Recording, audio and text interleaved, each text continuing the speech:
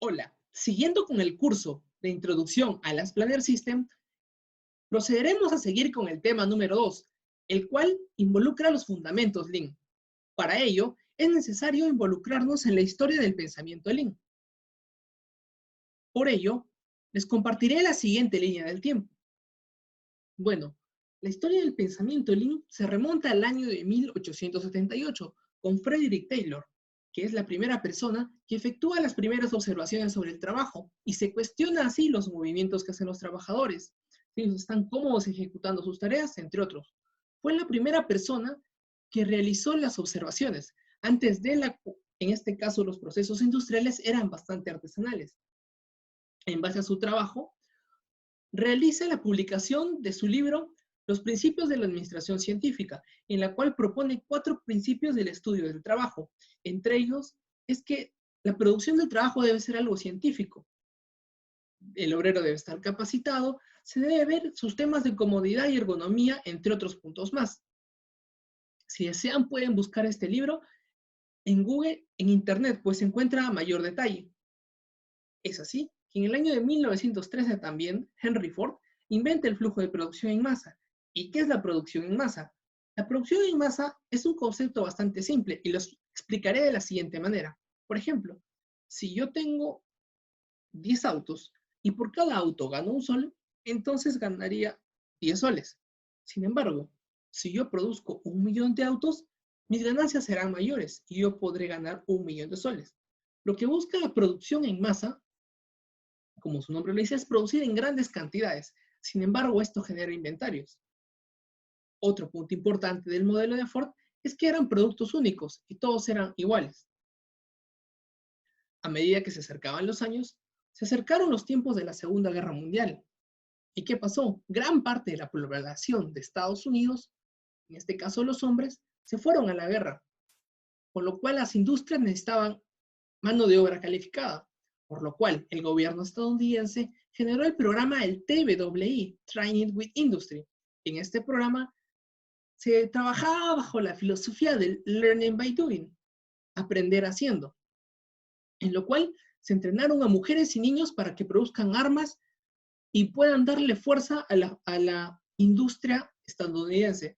Es así que quizá esta imagen les parece familiar, el one Can Do It, en el cual a las mujeres y a los niños, como vuelvo a repetir, se los instruyó en esta metodología del TWI, Training with Industry.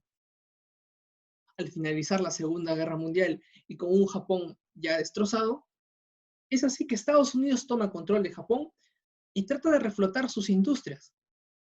Es así que personajes como Edward Deming viajan a Estados Unidos a ayudar al gobierno japonés a salir de la debacle que habían sufrido después de la Segunda Guerra Mundial.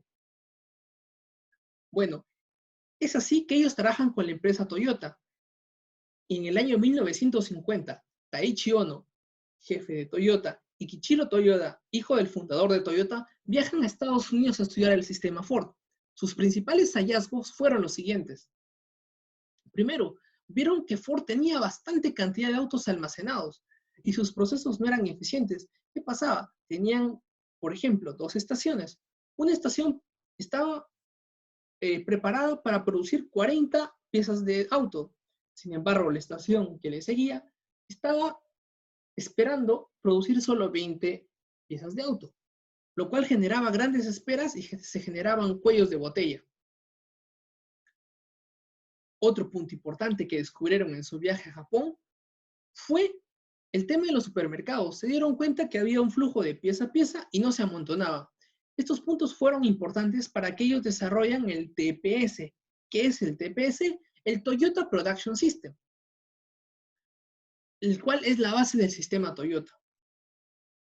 Otro personaje importante en la historia del Toyota Production System, pensamiento Toyota, es Shigeo Shingo, un ingeniero mecánico, el cual desarrolló importantes conceptos. Uno de ellos es el Pokayoki, que es a prueba de errores.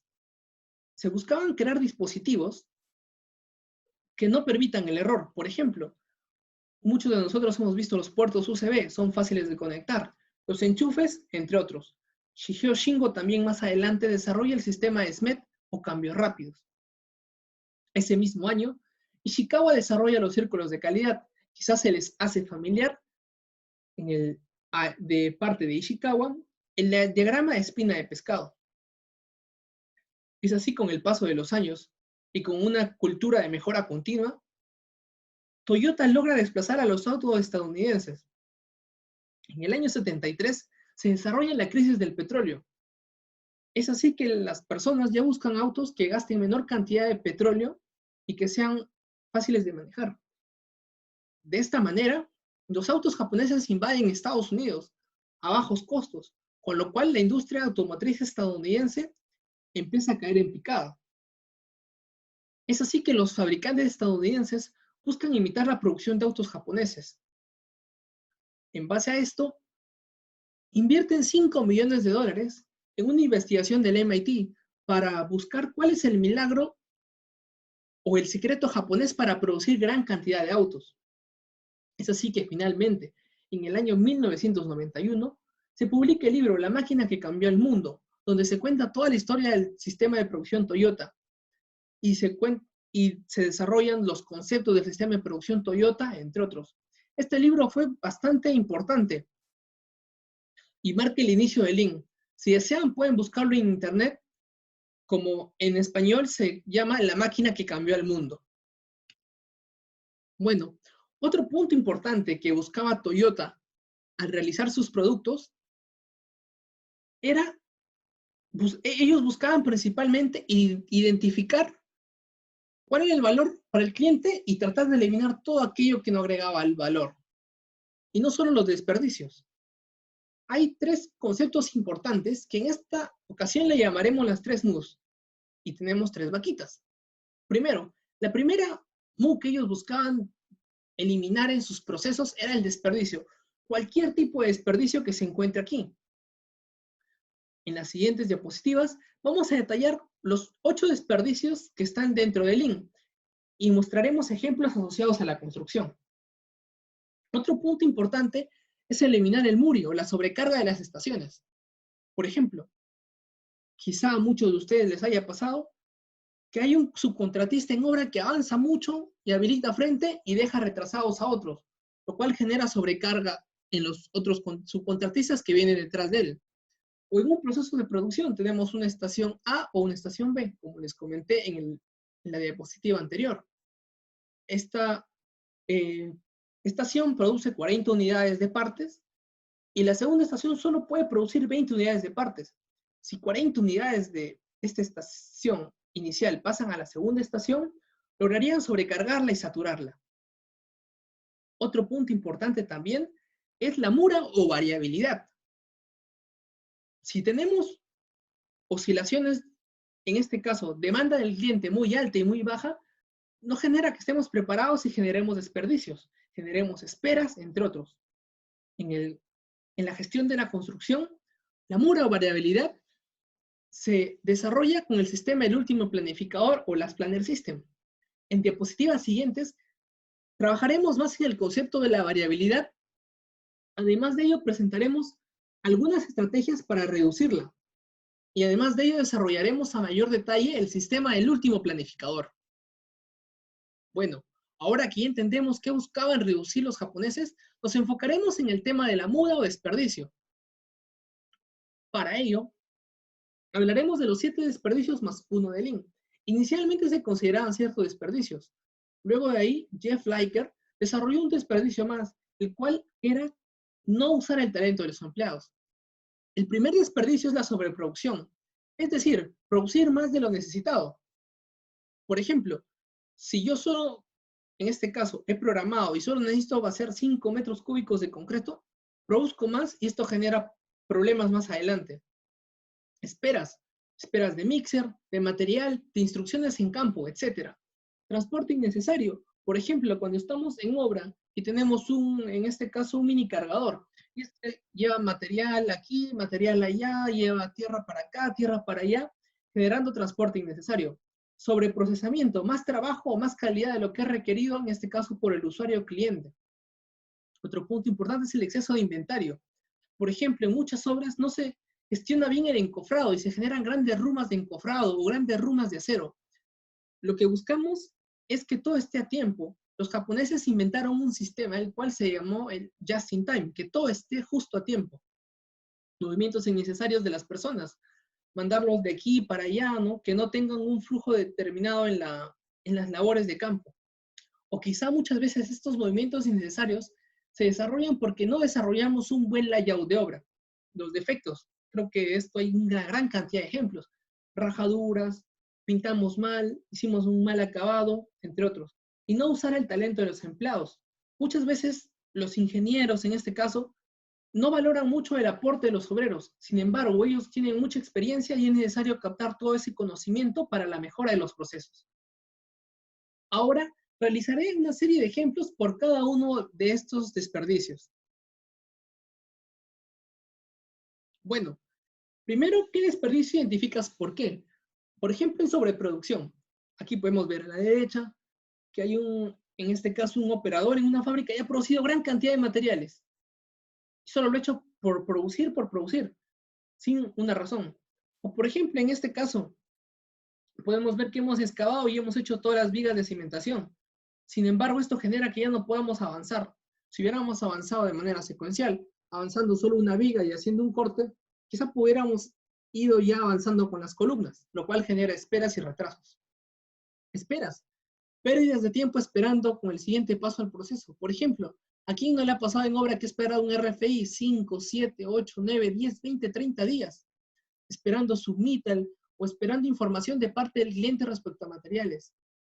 U otra espera, por ejemplo, en un proceso de producción, cuando los obreros esperan al mixer o esperan que lleguen los materiales, espera que lleguen instrucciones de los superiores, entre otros. Ahora pasaremos al transporte innecesario. Como les comenté en un inicio, por ejemplo, un mini cargador llevando tierra de un lugar a otro, porque no se diseñó adecuadamente dónde pudo haber él puesto la tierra para generar estos transportes innecesarios. O cuando, por ejemplo, en un layout de obra, ponemos las bloquetas donde se nos ocurra. Y luego cuando queremos hacer los trabajos de levantamiento de muros, genera mucha cantidad de transportes. Sobre procesamiento, hacer más trabajo de lo indicado. Por ejemplo, la puerta de la derecha. Quizá nos hayan pedido solo una puerta bien hecha. Sin embargo, nosotros quisimos darle un toque especial, hicimos una puerta con manzana. Sin embargo, esta es inutilizable, puesto que cualquier persona podría cruzar por ella. O nos pidieron solo hacer separadores de baño. Sin embargo, nosotros hicimos separadores de vidrio, lo cual es bastante osado para este tipo de construcciones, pues no permite la privacidad. Otro punto importante es el exceso de inventario. Exceso de inventarios y materiales que deben ser procesados. Por ejemplo, en obras común el acero o los encofrados se encuentran arrumados y no se devuelven a tiempo, lo cual genera pérdidas de espacio y este espacio se traslada en dinero. Podemos ver en la imagen de la derecha la vista de una obra en planta y pueden observar gran cantidad de cúmulos de materiales, lo cual demuestra una mala gestión de los inventarios. Movimientos innecesarios de las personas. Por ejemplo, en la imagen de la derecha podemos observar que se ha elaborado un mal layout de obra y la mesa de fabricación de la persona está lejos de los lugares de almacenamiento, con lo cual tiene que hacer gran cantidad de viajes. Quizá a ustedes les haya pasado esto cuando distribuyen, en este caso el acero, o las bloquetas, o las mayólicas, y hay mucho transporte de los obreros que tienen que acarrear los materiales. Ahora pasaremos a los dos últimos desperdicios, los cuales son los siguientes, los defectos. Por ejemplo, incluso este urinario podría ser sobreprocesamiento, ¿cierto? Porque con uno bastaba. Sin embargo, aquí hay dos y es un defecto. Tendríamos que primero sacar el urinario, picar y reparar, lo cual genera sobrecostos. O esta alcantarilla que ha sufrido una rajadura, ¿no? Por un mal proceso de compactación. O aquí en la derecha, ver la escalera que da al techo, o este poste en medio de la carretera que no se reubicó a tiempo. Y finalmente, como les mencioné en la parte inicial, no usar el talento de los empleados, ¿no? Quizá aquí en el caso del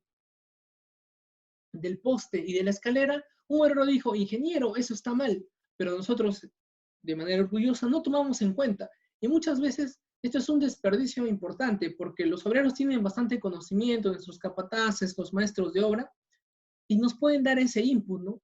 De cómo mejorar los procesos. Y muchas veces nosotros no usamos ese talento que ellos tienen. Para finalizar, quisiera hacerles estas dos preguntas importantes. Además de los ejemplos que he mostrado, ¿qué desperdicios has observado en tus obras? ¿Y qué desperdicios has observado en tu día a día que puedas mejorar? Bueno, ahora pasaremos al tema 3 de Principios Lean. Espero que les haya gustado el video y comenten sus impresiones en los comentarios. Gracias.